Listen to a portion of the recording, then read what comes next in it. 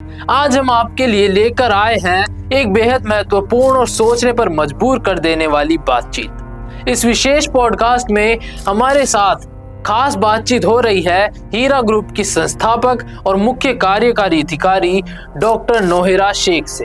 इस संवाद के दौरान डॉक्टर नोहेरा शेख भारतीय संविधान, विधि के शासन और लोकतंत्र के मूल सिद्धांतों पर अपने विचार साझा करती है। उनका स्पष्ट कहना है कि भारत में कोई भी व्यक्ति या संस्था, चाहे वह कितनी ही प्रभावशाली क्यों न हो, संविधान से ऊपर नहीं हो सकती। इस पॉडकास्ट में वे अपनी व्यक्तिगत और पेशेवर जीवन यात्रा के बारे में भी खुलकर बात करेंगी। एक महिला उद्यमी के रूप में उन्हें किन चुनौतियों का सामना करना पड़ा और उन अनुभवों से उन्होंने क्या सीख ली, इन सभी बातों को वे संवैधानिक मूल्य से जोड़कर प्रस्तुत करती है। आज के समय में जब संविधान को समझना और उसका पालन करना हर नागरिक की जिम्मेदारी है, यह बातचीत और भी अधिक प्रासंगिक हो जाती है। तो आइए लाइव हिंदुस्तान पर देखते हैं इस विशेष पॉडकास्ट का यह अंश। आज 26 जनवरी यानी गणतंत्र दिवस है। इस दिन हमें कॉन्स्टिट्यूशन यानी संविधान का तोहफा मिला। It seems of unforgettable splendor, Delhi celebrated the first anniversary of the Indian Republic. तो नोएरा जी, जैसा मैं जानती हूँ आप तिरुपति से हैं। जब आप 10 साल की थी तब वहाँ का माहौल अलग होगा, गलियाँ अलग होंगी, आपका घर अलग तरीके से होगा। उस टाइम का कैसा आपकी ज़िंदगी बीती उस टाइम? उस टाइम पे जिंदगी के ये हाल थे कि लड़की जैसे पैदा होती है तो लड़की का कोई अधिकार ही नहीं है, क्योंकि लड़की बाहर नहीं निकल सकती, स्कूल नहीं जा सकती, पढ़ाई नहीं पढ़ सकती, एजुकेशन नहीं कर सकती। इस तरह की बातें मेरे दिल पर बहुत बड़े दबाव डालते थे। तो ये लीडरशिप आपके अंदर कहाँ से आई? सच्ची बात तो ये है कि लीडरशिप बनना, लीडरशिप क्या होती है, आज भी आप पूछ रही हो तो मुझे नहीं मालूम कि लीडरशिप किसको कहा जाता है। जब मैंने कॉन्स्टिट्यूशन पढ़ना शुरू किया और कॉन्स्टिट्यूशन में मैंने देखा कि काले गोरे को एक ही रेट है और हिंदू मुस्लिम को एक ही रेट है और किसी को कोई बड़ा नहीं है, कि आज का दिन हिंदुस्तान की आज़ादी बनी गई ये दिन है। आज का दिन हिंदुस्तान की आज़ादी के लिए एक कानून को बनाकर एक हाथ में लोगों के रख दिया। Constitution awareness programme total India में कैसे चलाएं? इंडियन कॉन्स्टिट्यूशन बहुत परफेक्ट है और इंडियन कॉन्स्टिट्यूशन से आगे कोई भी नहीं है। तो जब कोई अथॉरिटी किसी सिटीजन के साथ गलत करती है तो तब सिटीजन क्या कर सकता है? और आज मीडिया ट्रायल तो आपको मालूम है कि मीडिया ट्रायल तो बहुत ज़्यादा शुरू हो गया है कि वहाँ फैसला होने से पहले, उसको मुजरिम बनाने से पहले मीडिया उसको मुजरिम बना देती है सबसे पहले। अगर आप गरीब हैं, आपके पास पैसे नहीं हैं, तो आपके लिए बड़ा वकील नहीं खड़ा होता लड़ने। सरकारें बदलते हैं, आज एक सरकार होती है, कल एक सरकार हो जाती है, 5 साल के बाद, परसों को 5 साल के बाद एक सरकार होती है। कॉन्स्टिट्यूशन 70 साल से चल रहा है। कितना इम्पोर्टेंट होगा आजकल जो यूथ है उनके लिए कि कॉन्स्टिट्यूशन पढ़ना चाहिए उन्हें? यही है supreme court, constitution of India. आज 26 जनवरी यानी गणतंत्र दिवस है। इस दिन हमें कॉन्स्टिट्यूशन यानी संविधान का तोहफा मिला। इतने साल हो चुके हैं लेकिन अब भी अवेयरनेस कहीं ना कहीं हमें कम नज़र आती है। आज के पॉडकास्ट में हम 26 जनवरी के बारे में बात करने वाले हैं। हमारे साथ हैं नोहेरा शेख जी, जो खुद सोशल वर्कर हैं, एंटरप्रेन्योर है। आज हम उनके व्यूज़ लेंगे, उनकी लाइफ के बारे में भी जानेंगे और उनसे जानेंगे कि कॉन्स्टिट्यूशन किस तरीके से चलता है। सबसे पहले तो वेलकम नोहेरा जी। जी, कैसी हैं आप? मैं ठीक हूँ। सबसे पहले आपके बारे में बात करते हैं। आपका बचपन कैसा था? बचपन से मैंने देखा है कि एक औरत के लिए जो सोच होती थी जब मेरी पैदाइश थी उस वक्त बहुत डिफरेंट थी। बिल्कुल। अब बहुत काफ़ी बदल चुका है और सोच लोगों की बहुत अच्छी बदल चुकी है। उस पर उस बचपन में जो चीज़ें देखे उसी पर मैंने पूरा ज़िंदगी काम किया है। तो नोहेरा जी, जैसा मैं जानती हूँ आप तिरुपति से हैं। जब आप 10 साल की थी तब वहाँ का माहौल अलग होगा, गलियाँ अलग होंगी, आपका घर अलग तरीके से होगा। उस टाइम का कैसा आपकी ज़िंदगी बीती उस टाइम? उस टाइम पे ज़िंदगी के ये हाल थे कि हमारे अब्बा एक बिजनेसमैन थे, इतने बड़े नहीं थे, नॉर्मली बिजनेस करते थे, मगर घर की, हमारे बड़ों की, हमारे सारे जितने रिश्तेदार हैं उनकी सोच ये थी कि जैसे लड़की पैदा होती है तो फौरन चेहरे पे एक बदलाव आ जाता था, और जो लड़की पैदा होती है, हमारे घर में तो ऐसा माहौल तो नहीं था, मगर जो आसपास जो छोटा जो विलेज था जहाँ मैं पैदा हुई, कल्लूर हमारा विलेज है और चित्तूर डिस्ट्रिक्ट में है। फिर उसके बाद मेरे बचपन में थोड़ी बड़ी होने के बाद दिनों में हम तिरुपति आ गए थे। वो जो विलेज था उस वक्त वहाँ की वो सोच थी कि लड़की जैसे पैदा होती है तो लड़की का कोई अधिकार ही नहीं है। जैसे उसे होश भी संभलने आता है तो 2 साल 3 साल की भी होती है, तो जब से उसे बोलना ही ये सिखाया जाता है कि तू लड़की है, तू कुछ नहीं कर सकती, तो एक जगह जाना है, तू हमारी नहीं है। बिल्कुल, हर चीज उस तरह से ये बातें जो है मैं सुनती थी, ये बातें मेरे दिल को बड़े छू जाते थे कि जो साथ के लड़के होते थे उनको ऐसा कहा जाता था कि जैसे तुम हमेशा इस घर के हो, इस घर में रहने वाले हो, इस घर के वारिस हो, इस घर में तुम्हारा सब कुछ है, मगर ये जो लड़की होती है इसका है तो कहीं ना कहीं एक दिन जाना है, या तो इसको 10 तोले सोना दे के भेज देंगे या 5 तोले सोना दे के भेज देंगे, या कुछ पैसे खर्च करना है, कुछ पैसे इसके लिए जमा कर लो, कुछ सामान इसके लिए जमा कर लो, कुछ कपड़े इसके लिए जमा कर लो, ताकि इसको भेजने के भी लिए एक बहुत ही बड़ा एक बोझ वाली बातें मैं सुनती थी बचपन में। वो बातें मेरे दिमाग को बहुत ज़्यादा जो है इफ़ेक्ट करते थे कि क्यों इस तरह बोला जाता है। घर के अंदर जब लड़के को बोलते हैं कि ये तो यहाँ हमेशा रहने वाला है, तुम थोड़े दिन में चले जाने वाली हो, यही बातें मुझे बहुत ज़्यादा इफ़ेक्ट करके, और उन बातों से मैंने लड़कियों को अवेयरनेस लाने के लिए, लड़कियों में तालीम लाने के लिए, और हर कोई जो उस वक्त के लोग थे वो कोई ज़्यादा पढ़ाई नहीं जानते थे, और उन बच्चियों को 12 साल में 13 साल में शादी कर देते थे। उनकी ज़िंदगी पसंद या नापसंद उनको कोई मतलब ही नहीं, बस उनकी ज़िंदगी ऐसे ही गुजर जाती थी। उस ज़िंदगी में, उस माहौल में ऊपर वाले ने मुझे पैदा करके मेरे जहन में डाला कि तुम इनके इंसाफ के लिए लड़ो और इनके इंसाफ के लिए काम करो और इनके इंसाफ के लिए ये करो। सबसे पहले जो मैं मुस्लिम कम्युनिटी में थी तो ज़्यादातर दबाव अपनी कम्युनिटी में डालते थे, क्योंकि लड़की बाहर नहीं निकल सकती, स्कूल नहीं जा सकती, पढ़ाई नहीं पढ़ सकती, एजुकेशन नहीं कर सकती, इस तरह की बातें मेरे दिल पर बहुत बड़े दबाव डालते थे। मगर उस वक्त से मेरी ज़िंदगी की शुरुआत एक औरत होकर, एक लड़की होकर क्या कर सकती है, ये दिखाने का एक चैलेंज मेरे अंदर उसी वक्त आ गया था। उसी पर मैंने काम किया। मेरा बचपन ऐसा गुजरा कि बस ऐसा होता था, उस टाइम पे ज़्यादा लाइटिंग उजाले नहीं होते थे, स्ट्रीट लाइट होते थे, छोटे छोटे स्ट्रीट लाइट होते थे। उस वक्त भी जो लोग पढ़ाने आते थे वो लड़कों को पढ़ाते थे, लड़कियों को नहीं पढ़ाते थे। मैं ये करती थी कि वो लड़कों को जो पढ़ाते ही वही सुनकर मैं पढ़ लेती थी। ABC करके उनको पढ़ाते तो मैं इधर चोरी से बैठ के लिख लेती थी, क्या बोलते हैं, ये बात क्या है करके बोल के, क्योंकि लड़की को पढ़ाना ज़रूरी भी नहीं समझते। ऐसे माहौल से मेरा एक टाइम चला और एक टाइम गुजराव आया। जी। तो आपकी 16 साल की जब उम्र हुई होगी, आप ऑब्जर्व कर रही होंगी अपने आस पड़ोस में सब कुछ, तब आपने तब सोच लिया था कि अब इसी पे जो यही मेरी पूरी जिंदगी का मकसद है कि मुझे इसी पर लड़ना है आगे? मैंने घर में से लड़ाई तो मैंने बचपन से ही पूछना शुरू कर लिया। ऊपर वाले ने, रब ने मेरे दिल में ये क्वेश्चंस पैदा कर दिए कि मैंने सबको क्वेश्चंस करना शुरू कर लिया कि मेरे में और भाई में क्या फ़र्क हो सकता है, मेरे में और लड़के में क्या फ़र्क हो सकता है, क्यों उनको अपना मानते हो, एक लड़की को पराया मानते हो। हमेशा ये बात होती रही। और जब वो उसको पढ़ा कर जाने वाले टीचर उससे ज़्यादा मैं पढ़कर बता देती थी, तो लोग जो है उस टाइम पर ये करते थे। तो मैंने जब उस वक्त से शुरू करते करते यहाँ तक कि जब मैं 15 साल की एज को पहुँची तो उस वक्त तो मुझे इतनी समझ आ गई थी कि यहाँ तक कि मेरे आसपास बहुत सारी औरतें जमा हो गई थी। बिल्कुल। तो जैसे आप बड़ी होती गई, जी बड़ी होती गई, और मैंने सबको बताया कि हमारे कुरान को पढ़कर मैंने बताया, इंडियन कॉन्स्टिट्यूशन के बारे में मैंने स्टडी किया, और मैंने बताया कि सबके इक्वल राइट्स हैं, इक्वल जस्टिस हैं, और कहीं पर भी ऐसा नहीं लिखा है कि लड़की को इस तरह से करना है।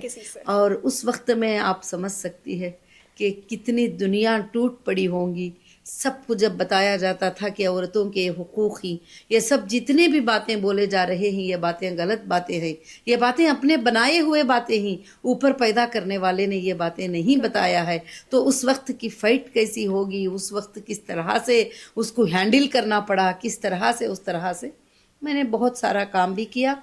और फिर उसके बाद मेरी ज़िंदगी शुरू हुई उसी से।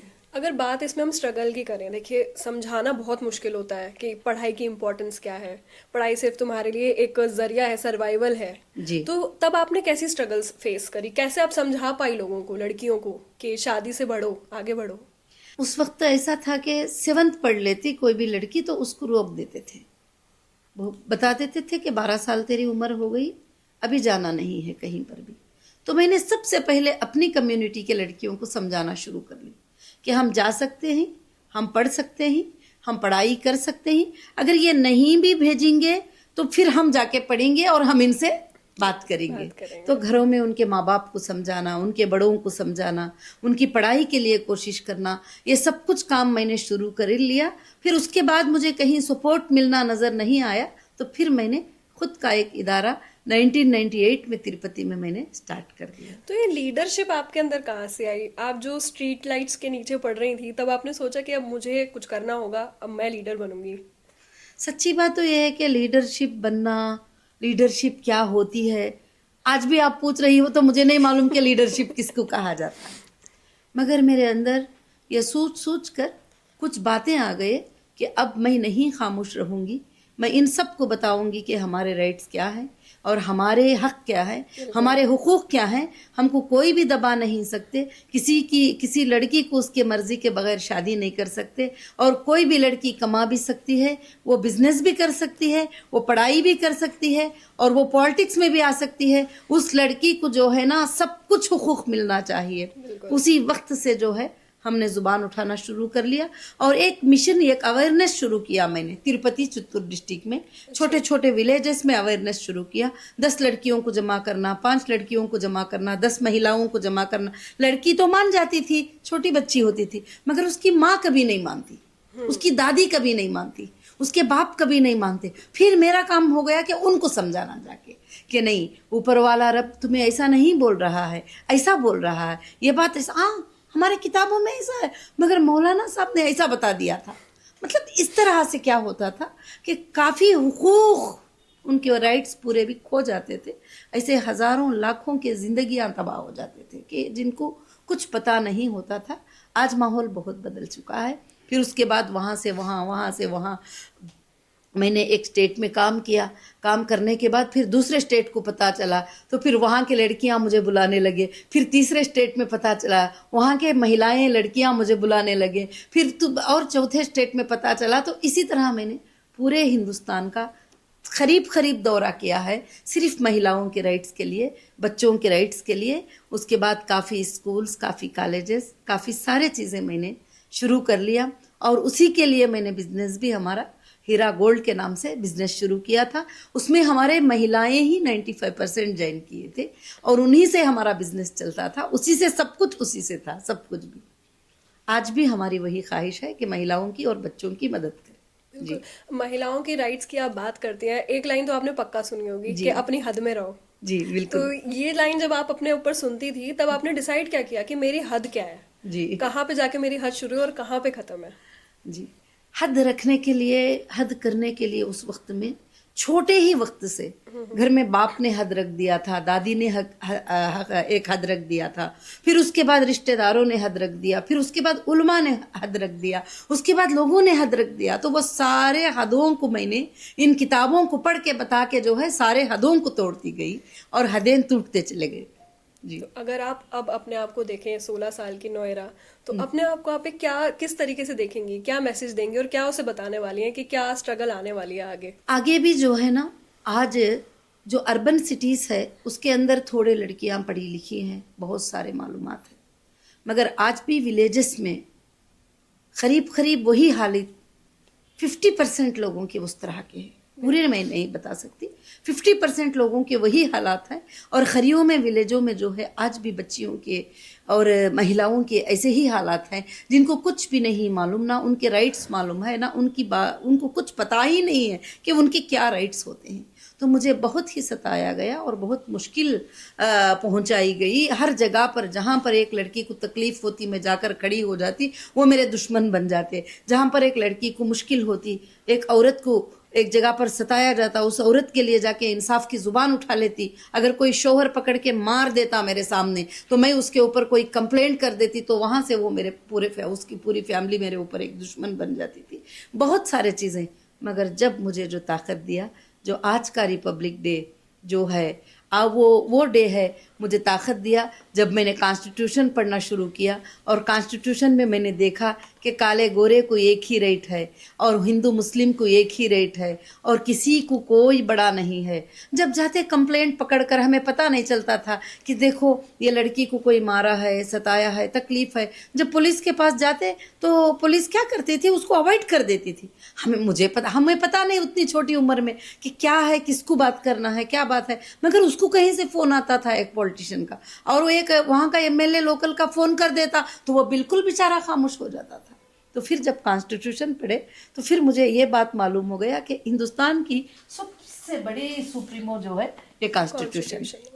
तो सबसे बड़ी सुप्रीमो जो है ये कॉन्स्टिट्यूशन है और इसमें लिखा गया है इस किताब के अंदर कि सारे भी ब्रदर अम्बेडकर ने, जैसे 1947 में हमको आज़ादी मिल गई तो 1947, 1948, 1949 और 1950 तक के लिए जो है ये कॉन्स्टिट्यूशन की तैयारी हुई। और इस कमेटी में मुसलमान भी बैठे, इस कमेटी में हिंदू भी बैठे, इस कमेटी में सारे लोग बैठकर इसको फैसला किए और सारे राइट जो है रिपब्लिक डे, डेमोक्रेटिक कंट्री और रिपब्लिक डे और इंसान के हुकूक, हर इंसान को प्रोटेक्ट करता है कॉन्स्टिट्यूशन।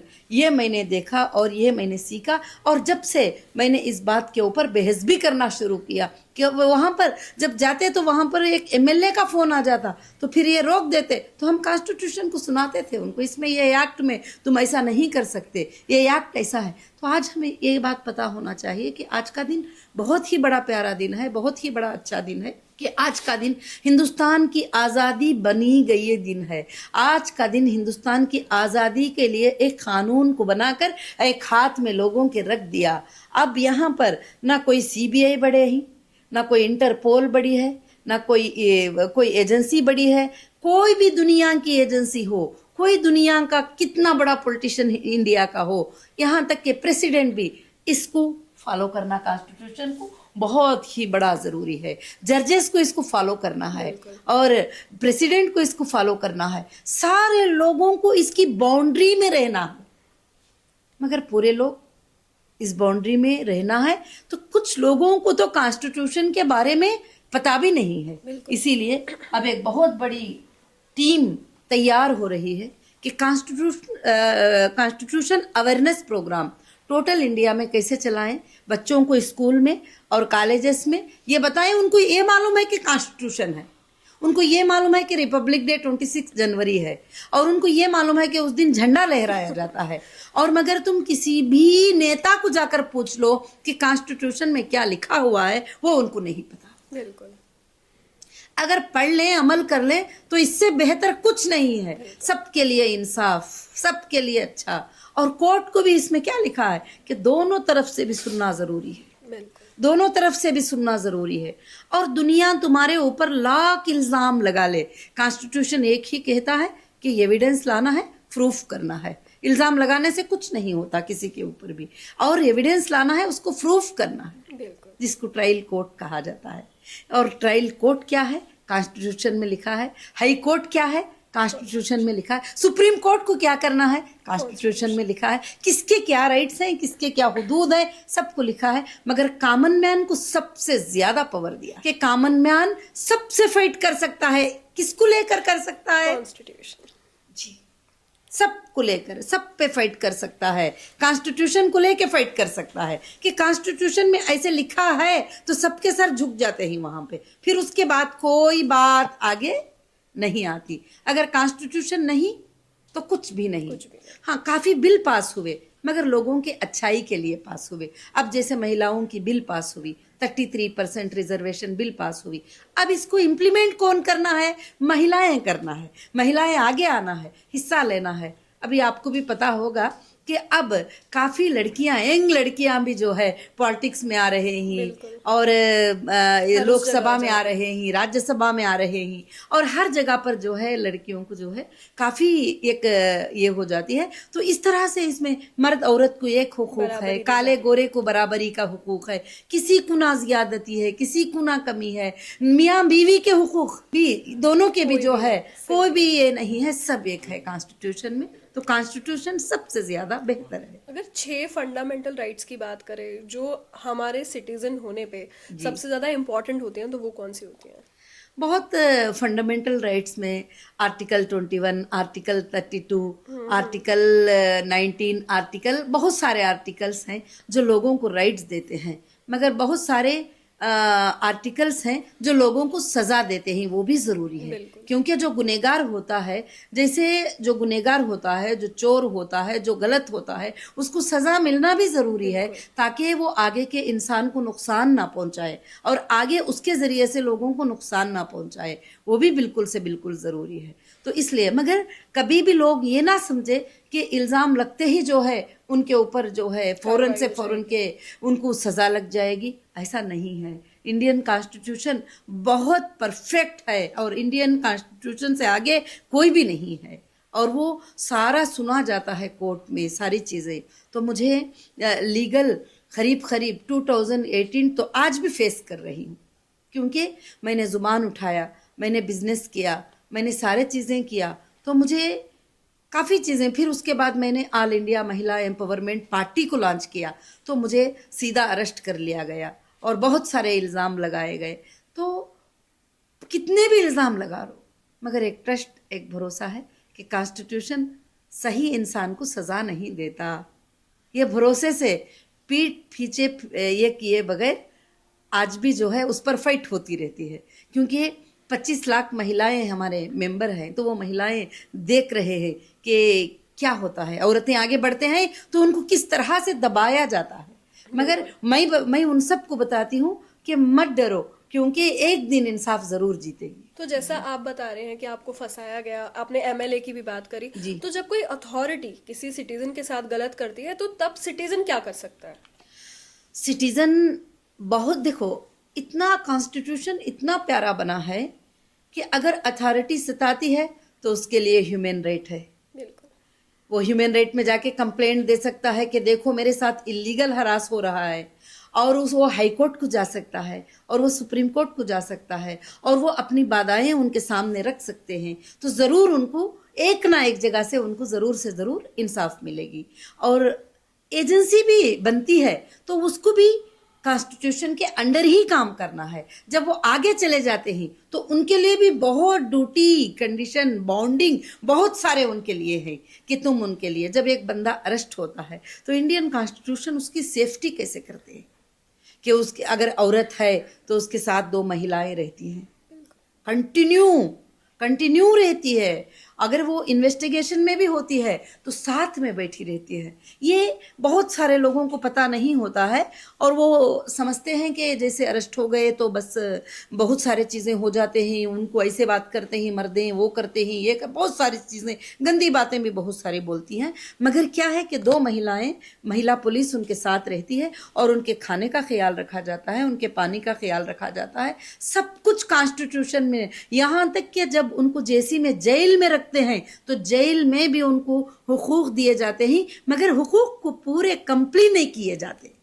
इसमें हुकूक दे दिया कि सालन कितने ग्राम देना है, राइस कितने ग्राम देना है, ओढ़ने के लिए बिस्तर क्या देना है, सोना कैसा है और कितनी जगह उनके लिए चाहिए, एक वॉशरूम कितने लोग यूज कर सकते हैं, बहुत सारे चीजें जो है ये कर दिया। मगर पाबंदी से चलाने वाले ने, पूरे लोग नहीं, कुछ लोग जो है पैसे बचाने के लिए जो मिलते हैं तो गलत करते हैं, कुछ लोग अच्छा चलाते हैं। और एजेंसीज में भी सब लोग खराब नहीं होते हैं और उसमें कुछ लोग होते हैं कि सही रहो बुरा रहो, हमने पकड़ लिया है और इसको सजा दे दो, मगर कोर्ट देखती है उसको कोर्ट ऑब्जर्व करती है कि गुनहगार हो तो सज़ा देती है, गुनहगार नहीं है तो सज़ा नहीं देती है। और उसी तरह से उसमें भी अच्छे लोग भी हैं, जो सच होता है वही लिखते हैं, और जो लोग गलत होते हैं और वो लोग कुछ भी लिख देते हैं, जहाँ से फ़ोन आ गया ये लिख दो। हाँ, और आज मीडिया ट्रायल तो आपको मालूम है कि मीडिया ट्रायल तो बहुत ज़्यादा शुरू हो गया है कि वहाँ फैसला होने से पहले, उसको मुजरिम बनाने से पहले मीडिया उसको मुजरिम बना देती है सबसे पहले। जी, तो जैसे हम बात करें आर्टिकल 14, 19 और 20, यस, ये ऐसे आर्टिकल्स हैं जो आपको सबसे ज्यादा राइट देते हैं। Yes, इसमें साफ लिखा है कि सब बिल्कुल। बराबर है। तो मैं ये जानना चाह रही हूँ कि क्या आज भी इस चीज पे मान के चल रहे हैं हम लोग, सिटीजन एम्पावर हो रहे हैं इससे या नहीं? मैंने यही आज का हमारा बैठना यही है कि सिटीजन को ये मालूमात ही नहीं है। agree। आपके घर में 10 लोग हैं तो आर्टिकल 19, आर्टिकल 132, आर्टिकल 14, आर्टिकल क्या होते हैं, आर्टिकल किस लिए होते हैं, क्या पता है उनको? मुझे खुद को भी नहीं पता था, मुझे भी खुद को नहीं पता था। बाद में उसको मैंने पढ़ा और उसको मैंने समझा, और यहाँ तक कि हमको ये भी नहीं पता है कि क्रिमिनल कोड क्या है, सिविल कोड क्या है, और सिविल में क्या सज़ा होती है, क्रिमिनल क्या होता है, और नॉर्मल नेचुरल क्या होते हैं, फैमिली केसेस क्या होते हैं, ये सब कुछ जो है किसी को भी पता नहीं है। जब अवेयरनेस आएगा तो घर में एक 10 मिनट कॉन्स्टिट्यूशन को पढ़ा जाएगा तो वो बच्चा भी जो है खड़ कर बात कर सकेगा। अगर अभी आजकल क्या हो गया है, कोर्ट्स भी कुछ जगह पर एक बाजार की तरह हो गई। क्यों? कि वहाँ पर फीस फिक्स की जाती है। आपको पता है, अगर आप गरीब हैं, आपके पास पैसे नहीं हैं, तो आपके लिए बड़ा वकील नहीं खड़ा होता लड़ने के लिए। जिसको तुम खड़ा करती हो 10-20 हज़ार देकर, वो तुम्हारे लिए सही लड़ नहीं पाता, उसका फेस नहीं होता है। क्या बोलते हैं, फेस वैल्यू। मगर मैं कहती हूँ फेस वैल्यू नहीं, कॉन्स्टिट्यूशन वैल्यू। कॉन्स्टिट्यूशन को लेकर आप खुद खड़ी हो सकती हो, कॉन्स्टिट्यूशन को लेकर आप खुद लड़ सकती हो। आप लायर नहीं हो, मगर जज साहब के सामने आप खुद बता सकती हो कि ये मेरे साथ गलत हुआ है, ये इस तरह से गलत किए ही, ये इस तरह से गलत है करके आप अपनी लड़ाई लड़ सकती हो। मैं चाहती हूँ कि देश का हर बच्चा, हर महिला, हर औरत कॉन्स्टिट्यूशन को लेकर वो खुद इस काबिल बन जाएं कि वो पूछें आगे सवाल। क्या सरकार, गवर्नमेंट जो होती है वो बढ़कर हो सकती है कॉन्स्टिट्यूशन से? बिल्कुल नहीं। कॉन्स्टिट्यूशन सुप्रीमो है, कॉन्स्टिट्यूशन सबसे बड़ा होता है। सरकारें बदलते हैं, आज एक सरकार होती है, कल एक सरकार हो जाती है, 5 साल के बाद, परसों को 5 साल के बाद एक सरकार होती है। कॉन्स्टिट्यूशन 70 साल से चल रहा है और कॉन्स्टिट्यूशन चलेगा हमेशा। कॉन्स्टिट्यूशन नहीं चलेगा तो गुंडा का राज हो जाएगा। और कॉन्स्टिट्यूशन से आज भी देश के 90% लोग जो है, अगर उनको मालूम भी नहीं है तो ला के लिए डरते हैं, डर कर जो है चलते हैं, ला से डरते हैं, ला से डर कर जो है चलते हैं। तो कॉन्स्टिट्यूशन सबसे ऊपर, सबसे ऊंचा है हिंदुस्तान में। जब मान लीजिए कभी देश में कोई इमरजेंसी लग जाती है जी, तो तब कौन से ऐसे राइट्स होंगे जो उसके वक्त भी इंसानों के पास, सिटीजन के पास होंगे अवेल करने के लिए कि भाई अब कुछ नहीं हो सकता? कुछ नहीं हो सकता ऐसा है ही नहीं। अगर कोर्ट्स खुले हैं तो कितनी भी बड़ी इमरजेंसी लग जाए तो उसके लिए अधिकार होते हैं। और किस तरह की इमरजेंसी, उसको इमरजेंसी में अलग अलग तकलीफ होती है। कोई घर में बंद हो जाता है, कोई बाहर बंद हो जाता है, कोई भूखा रहता है, कोई आगे से फिरता है। तो किस तरह का भी एप्लीकेशन कोर्ट में वो लगा सकता है। अगर कोर्ट नहीं तो उसके लिए इंसाफ कौन देगा? बिल्कुल सही कहा आपने। सिटीजन के जो राइट्स है उनका मिसयूज होते हुए तो हम रोज ही देखते हैं, सोशल मीडिया पे कितनी न्यूज आ रही है रोज। लेकिन उस वक्त जब मुझे पता चलता है कि मेरी राइट्स का यहाँ पे मिसयूज हो रहा है, तब मैं क्या कर सकती हूँ? जब आपके राइट्स का मिसयूज हो रहा है तो आप ज़रूर अप्रोच हो सकते हैं, ह्यूमन राइट अप्रोच हो सकते हैं। अगर आपको जहाँ से नाइंसाफ़ी मिलती है, जिस ऑफिसर से नाइंसाफ़ी मिलती है या जिस घर से नाइंसाफ़ी मिलती है, तो हमारी गलती क्या होती है कि जैसे इल्ज़ाम लग जाता है, आगे से इल्ज़ाम लग जाता है, तो वो इतना घबरा जाते हैं कि अब वो सोचते हैं कि अब हम जवाब ही नहीं दे सकते और ऐसे ही अपने राइट्स को खो सकते हैं। तो तुम लेटर लिख के दे सकती हो कि नहीं, ये मेरा सच्चा है और ये मेरे साथ साथ गलत हुआ है। और यहाँ तक के ऑफिसर्स भी मानते हैं, जब तुम देती हो तो वो भी मानते, क्योंकि उनको सच्चाई का पता ही नहीं होता है। एक अच्छे इंसान को सामने ले जाकर खड़ा कर देते हैं, बोलते हैं ये चोर है, ये फलाना है, इसके ऊपर ये एक्ट लगा दो, ये एक्ट लगा दो, ये फ्रॉड है, सब लगा देते हैं। अगर तुम जब उसको क्लियर करती हो तो समझ सकते हैं वो ज़रूर से। कितना इम्पोर्टेंट होगा आजकल जो यूथ है उनके लिए कि कॉन्स्टिट्यूशन पढ़ना चाहिए उन्हें? मैं कहती हूँ कि 100% नहीं, 1000% इम्पॉर्टेंट है। अगर कॉन्स्टिट्यूशन पढ़ते हो तो आगे के दिनों में तुम सेफ हो। अगर कॉन्स्टिट्यूशन नहीं पढ़ते तो तुमको कोई भी किस तरह से भी नचा सकता है, तुम्हारा लायर भी नचा सकता है तुम्हें। तुम जिसको ला समझते हो, लायर समझते हो, जो तुम्हारा प्रोटेक्टर समझते हो, वो आगे वाले को बिक जाता है कभी। जब ये तुम कॉन्स्टिट्यूशन जब तुम्हें पता होता है तो उस वक्त तुम उनको पूछ सकते हो कि कॉन्स्टिट्यूशन में तो ऐसा है, तुम मुझे क्यों डरा रहे हो? क्योंकि सबसे बड़े गुंडाराज वही हो गए। फोन करते हैं कि 10 लाख पकड़ के लेके आ जाओ, नहीं तो जो है तुमको कल जो है ये हो जाने वाला है। क्यों साहब, ऐसा तो कॉन्स्टिट्यूशन में ऐसा है ना, लॉ में ऐसा है ना, आप लॉ को सामने रख के लड़ो। तो हाँ मैडम, लॉ तो लड़ना है, मगर पैसे तो होना है। पहले पैसे फिर काम जी दूसरे। जी जी जी तो, होता है। क्या ये बचेगा जब भी कि जब हम इसको कॉन्स्टिट्यूशन को समझे। रिपब्लिक डे सच्चा अभी भी पूरा कंप्लीट नहीं हुआ है। जिस दिन बच्चा बच्चा कॉन्स्टिट्यूशन को पढ़कर हुकूक को जान लेता है, उस दिन हमारा सच्चा रिपब्लिक डे होता है। तो ये जो अवेयर करता है एक तरह से, कॉन्स्टिट्यूशन आपको बताता है कि आपके हक क्या है। जी तो ये जो अवेयर सिटीजन हम बोलेंगे, जागरूक नागरिक, जी, जी। वो कैसे बनता है एक इंसान? एक इंसान वो जब वो गलती के रास्ते में चले जाता है, देखिए कॉन्स्टिट्यूशन ने हमें अच्छाई करने का सिखाया है। जब वो गलती के रास्ते में जाता है तो शायद, अभी एग्जाम्पल, आजकल स्कूल के बच्चे तक ड्रग्स लेने लग गए हैं, कितने कितने गंदे माहौलों में जा रहे हैं, गंदे गंदे माहौल के काम चलते हैं। अगर वो कॉन्स्टिट्यूशन को स्टडी कर ले कि अगर हम पकड़े जाएंगे तो हमें ये सज़ा मिलेगी, अगर हमारे ये गुनाह पर हमको ये सज़ा मिलेगी, तो अवेयरनेस उनके अंदर खुद ब खुद पैदा होना है। तुम बोलने से नहीं, बल्कि खुद ब खुद उनके अंदर अवेयरनेस पैदा होना है, और वो दूसरों को भी उसको अवेयरनेस के लिए तैयार करना है कि तुम जो है ऐसे चीज़ों से बचते चले जाओ। कॉन्स्टिट्यूशन ने तुम्हें राइट्स ही नहीं दिया, तुम्हें समझाया भी कि बुराइयों से बच जाओ और तुम अच्छे काम करो, अच्छे काम करो, और बुराई के काम से तुम बच जाओ। तो जब तुम अवेयरनेस स्टार्ट करेंगे तो एक से एक अभी, क्योंकि कोई अवेयरनेस स्टार्ट करने वाला नहीं, कोई कुछ पढ़ा है, कोई कुछ पढ़ा है, तो मगर ख़ास कर से ये अवेयरनेस विलेजेस में सबसे ज़्यादा ज़रूरत है। सिटीज़ में कम से कम पढ़े लिखे लोग होते हैं जो उनको सब पता चलता है, मगर विलेजेस में कॉन्स्टिट्यूशन क्या है पूछो, तुम जाके एमएलए से पूछ लो, नहीं बता सकते। तो ये जानकारी करना बहुत ज़रूरी है। जी, तो जैसे हम बोलते हैं एक स्ट्रांग डेमोक्रेसी चाहिए इस देश के लिए, तो उतना ही इम्पोर्टेंट है कि एक स्ट्रांग सिटीजन भी होना चाहिए। स्ट्रांग सिटीजन होने के लिए आपको कॉन्स्टिट्यूशन समझना चाहिए। Constitution our strength. जब उसको तुम जानती हो, क्योंकि मुझे ये बात कब पता चली, जब मुझे ये तरह तरह से सताया गया, तरह तरह से हिलाया गया, मुझे बार बार,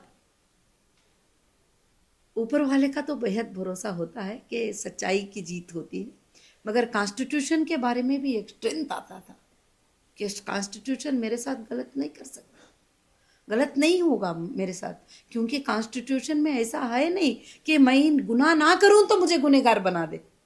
ये एक जो है सिखाया जाता था। अब हम चलते चलते चलते ऐसे बन गए कि अब हमको आगे से वकील फ़ोन करते हैं तो हम वकील को बोलते हैं कि ये ला ऐसा होता है, ये ला ऐसा होता है, ये सबमिशन तुम ऐसे करना है। हाँ, हमको घुमा फिरा के बात करने की भी कोशिश करते हैं कि हाँ ये ऐसा हो जाएगा, कल ऐसा है, ऐसा नहीं, ऐसा कुछ नहीं हो सकता, ये बात ऐसी है। तो हाँ मैडम, कोशिश करते हैं मैडम, मतलब इस तरह से होता है। मगर वकील भी इसको भेंडी का बाजार ना बनाते हुए, ला समझकर ला के लिए लड़ते हुए, जिस वकालत पे तुम साइन लेते हो, जो वोट तुम लेते हो, उस वोट को कायम रहकर तुम अपने क्लाइंट के साथ वफादारी निभाते जाएंगे तो देश को, तुम्हारा देश के लोगों को, देश के नागरिकों को भरोसा आता जाएगा लोगों के ऊपर के हाँ हमारे लिए ला है, हमारे लिए इंसाफ है। जब इंसान को कहीं पर मारा जाता है, कहीं सताया जाता है, कहीं मुश्किलें दिए जाते हैं, उसको जीने का एक सुराग नजर आता है कोर्ट। उस वक्त में मैं कोर्ट को जाऊंगी, मैं कोर्ट को जाके करूंगी, तुम्हारा किस्सा करूंगी, आगे वाले दुश्मन को यही तो बताती ना, तुम्हारा किस्सा करूंगी, तुम्हें बताऊंगी तुमने मेरे ऊपर ऐसा कर दिया, मैं तुम्हारे ऊपर मानहानि केस करूंगी, मैं तुम्हारे मतलब कॉन्स्टिट्यूशन ने बहुत सारे राइट दे रखे हैं, बहुत सारे राइट दे रखे हैं।